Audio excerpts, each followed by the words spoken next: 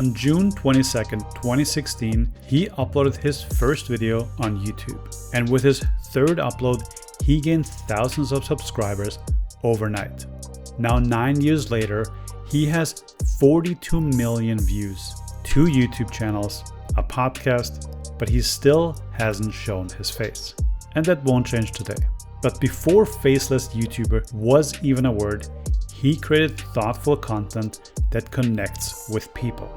So in this episode, we talk about how to bring personality to a faceless channel without becoming AI slop, monetizing through Patreon, and how he decides what is worth making.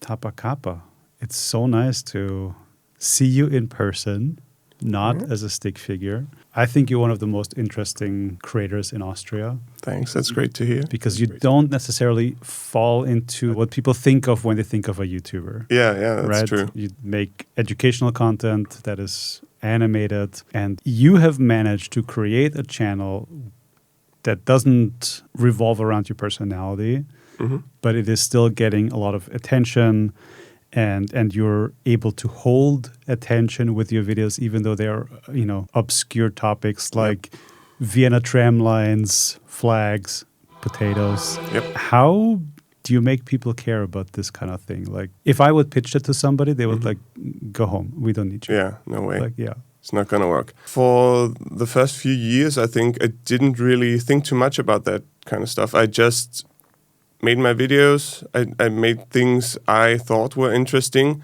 And I think that's the biggest part. I care about these topics, so other people are probably going to care about them. Like, I'm very reliant on YouTube for getting me an audience that will appreciate the stuff that I produce.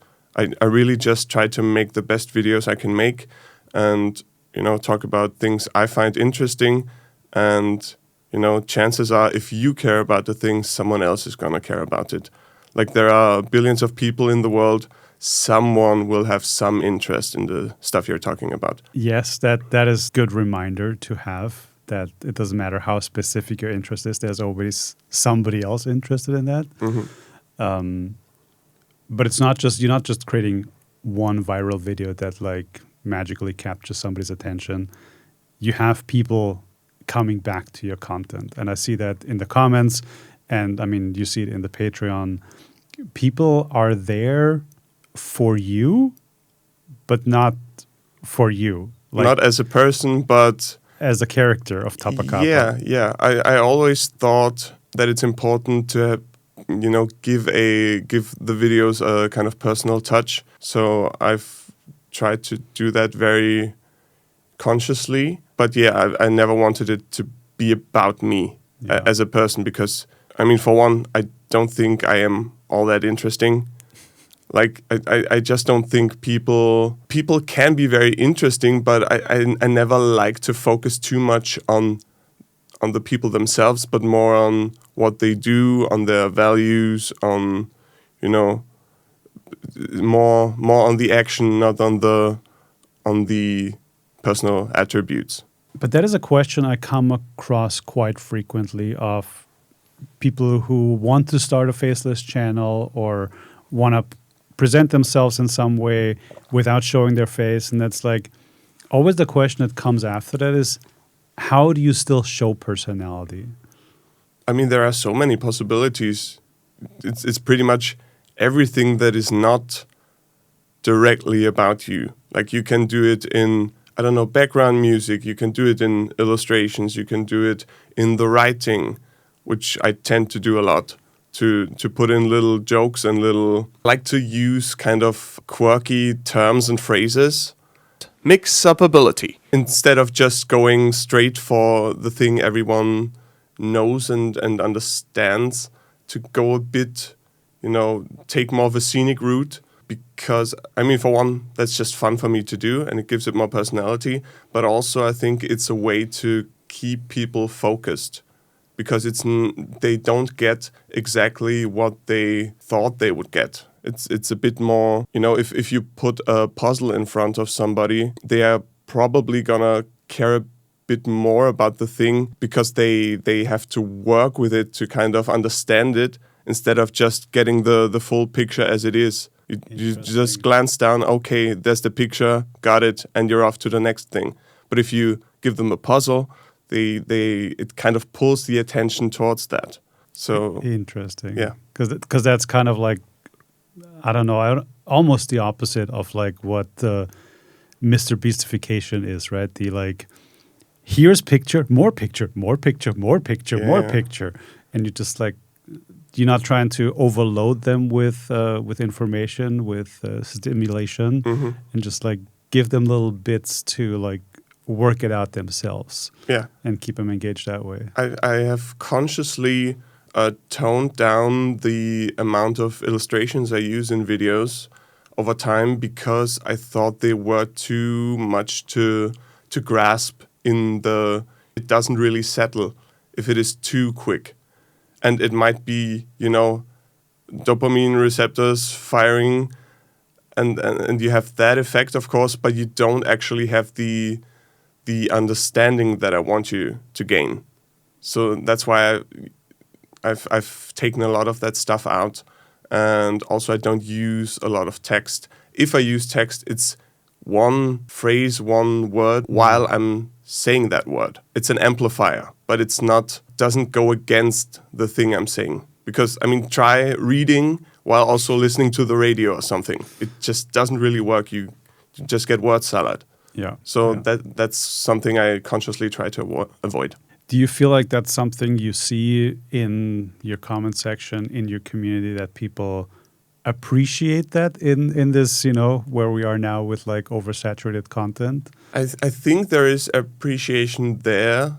I think usually it's not that clearly expressed. Like I get a lot of positive reactions, but it's usually not that specific. It's more of just a general, I enjoy this thing. So feedback is helpful, but it's usually not that straightforward. It's still, I have to do most of the thinking about the form and what works and what doesn't. And much of it still is pretty much a gamble. And something could work out or it couldn't. I have no way of knowing which parts of a video would be too much of a distraction while telling a story. I just have to rely on my own judgment. And sometimes that judgment is wrong. It's interesting to hear from you, even after almost 10 years of making these style of videos on YouTube, that you still say it's a gamble and you're still like learning about what connects with an audience and what doesn't connect with an audience. Mm-hmm. And all of your videos are pretty well researched. It's not just you sitting down and like, train of thought about whatever. Yep. And so how do you even choose a topic, or what is the process of like making the next video? Because, it takes time, it takes a lot of energy to make it. How do you pick what's next? That's a great point. I always am very, there's always a subtle nervousness when thinking about a new topic because, of course, there's so much writing on it. I've made the experience quite a few times that I've made a really good video I was really proud of and still didn't perform. Mm-hmm. Just because of maybe it was the topic, maybe it was just the packaging. And, there is always a huge risk attached, especially if you only do like one video every 2 months or even longer periods. So, yeah, I think that process has changed a lot for me. In the beginning, it really was just what is interesting to me and also, of course, what would be interesting for a wider audience. But nowadays, it's more calculated. I'm thinking a lot more about, the first thing pretty much after is it interesting is the question, how can I package it? Yeah. Yeah, that has become really important. Nowadays, I usually won't even do a topic if I can't package it in some way. Do you have any systems to find out what that packaging could be, or any like filter to say like, yes, this can be packaged? Well, I really try to work it out. I sit down, I think about the topic usually I don't know too much about it beforehand, but I give it a quick read on Wikipedia or something like that, and then just sit down and think about different thumbnails I could use, different titles I could use, and if there's anything there to be curious about. Mm-hmm. Like, that's the biggest thing that really works for me, I think, is this. I always try to produce a question in the head of the person seeing the thumbnail or the title for the first time. And if that question is a question they're interested in, then we're off to the races. And that question can't be some generic kind of, I wanted to learn about this flag just because I know this country or something. That's way too simple. I mean, sometimes that stuff actually works, which is horrifying to me, because I always try to be really clever about it and have like a very original kind of perspective on a thing. Yeah. Yeah, but sometimes it is just the simple, I want to learn about the Italian mafia. Okay, here's this video. There you go. And it works. The whole term of faceless YouTuber, I don't think that has been in the general vocabulary for that long, actually. It hasn't even been in mine. So I think that was a very like almost early YouTube where, I don't know, I'm thinking of Vihard, who just showed her notebook and like did math equations, kind of a thing, right? Yeah. And I mean, CGP Grey, I think, is a great example of a similar style. But now if you Google or you go on Reddit and like faceless channel, it becomes this like AI slop fest of just like, how can I automate a YouTube channel and like make boatloads of money with like zero work? Because it's pretty easy nowadays. That's just the reason. If you give people the tools to, make these things work without too much energy, without too much time put into it, someone's gonna do it. Because, like, I think most people generally think about YouTube as a way to make money. Not most YouTube creators, but most people in general. They don't think about it as a thing you do because you're passionate for it.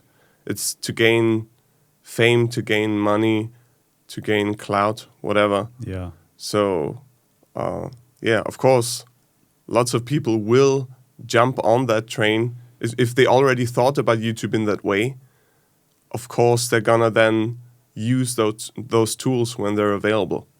But do you think in this context, if somebody wants to create, I'm just going to call it quality content for ease, in this style of not giving away their whole personality, but still educating people and making fun, interesting videos, do you think that's still a possibility where we are now? I would say so. I mean, I'm pretty sure it is possible. I think it's easier than ever before because, yes, there's a lot of competition, but also you can grow very quickly through shorts. That's one big thing. And people are always gonna look for something original, even with, all these AI things that are on the market. The question is, who is going to watch them? Who's going to consume those? I mean, there are people that are going to consume those, but that is going to stay a niche. I don't believe that people find that very interesting. For most people, I think it is the human touch, the human connection you get from videos. Like, I think that's the whole reason why, or a big reason why YouTube became so successful next to, premium television, stuff like that. Because, those are really glossy, great products, but you engage with them in a very different way. It doesn't have that much personality to it because 100 people worked on that. And that's for most YouTubers, that's just not the case. And that's also, I think, what makes it work for you. Maybe this like you're not just getting people to click on a video because you package it super well and like retention hack their brain. You like build people. Yeah, I don't do that Yeah, at all. no, Actually, I know that's what I mean. But you did the opposite of just like putting out quality content and like showing up in a consistent kind of way that people resonate with, that people find interesting, and that people want to support, right? Because if I understand correctly, the main way you monetize this, the main way to make this work for 9 years is through Patreon. Yeah. What is your perspective on that? Like, again, on the if I explain this to like my mom, she would like say, why would anybody do this? Yeah. Why would somebody give you money for I like get making that all stick the time. figure? Yeah. So I don't know. Can you give me a little bit of insight on that? I mean, I can only speak for myself. I don't really. I mean, that's another thing I don't know exactly. I don't know for the most people actually supporting my channels, but I think it's just to show appreciation. Like for one, to keep the channels alive, but then also just to say, I enjoyed this. This is a very special thing for me, so I want to give money to that. And I mean, also, I offer some pretty cool perks, so that also is a good reason, I think. Yeah, because I was going to ask, do you think people sign up because of the perks or just because they want to support something? Perks are a factor. I think it is what gets most people over the line. Mm-hmm. But they're not all that valuable on their own. Like you have to have some connection there beforehand to make it work with perks.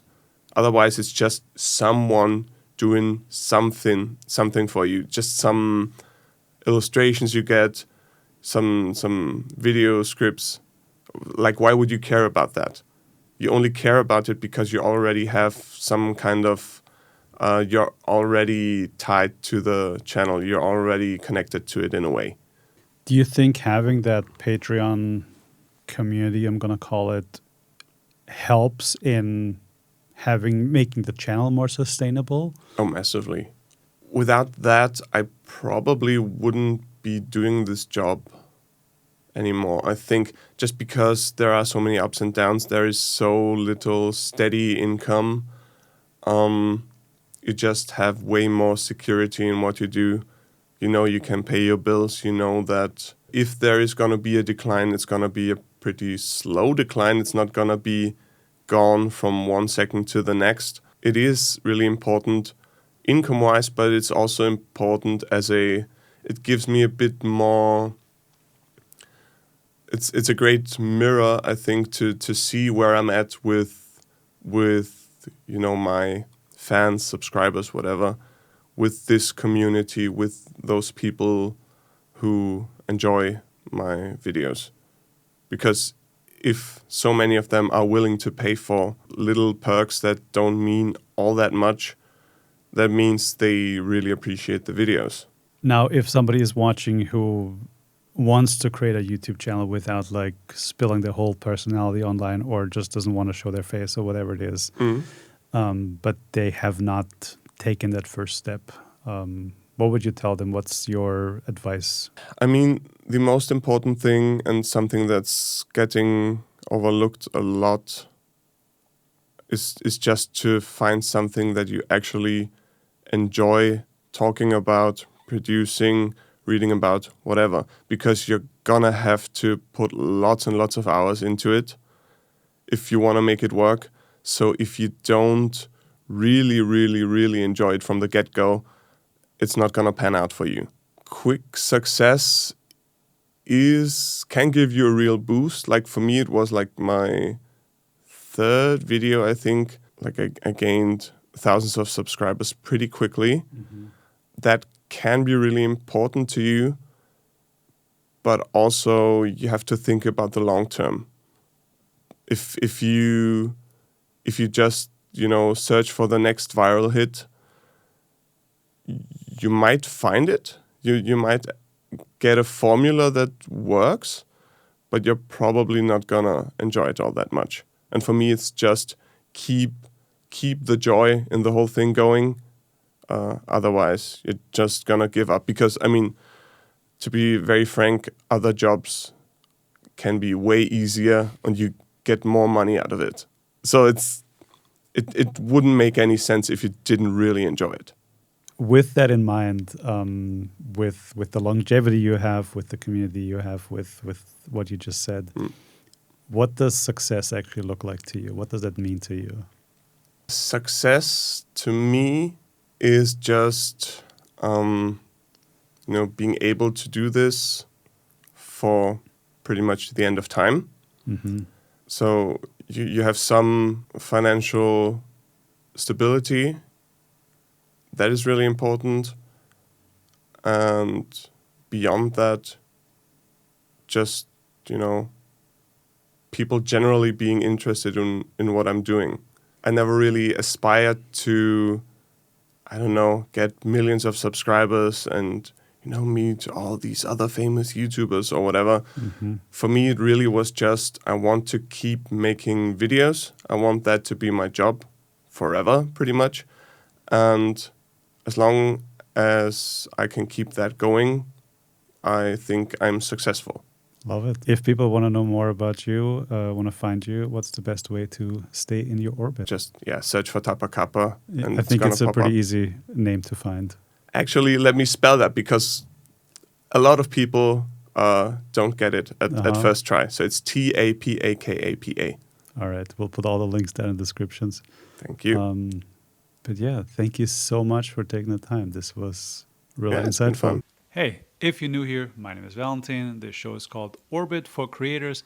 And if you're still watching, it would be awesome if you could subscribe. But if you want to be extra awesome, go share this video with a friend, because that is what we do here. We forget the algorithm and create with friends. All right, that's it. I'll see you in the next one. Bye.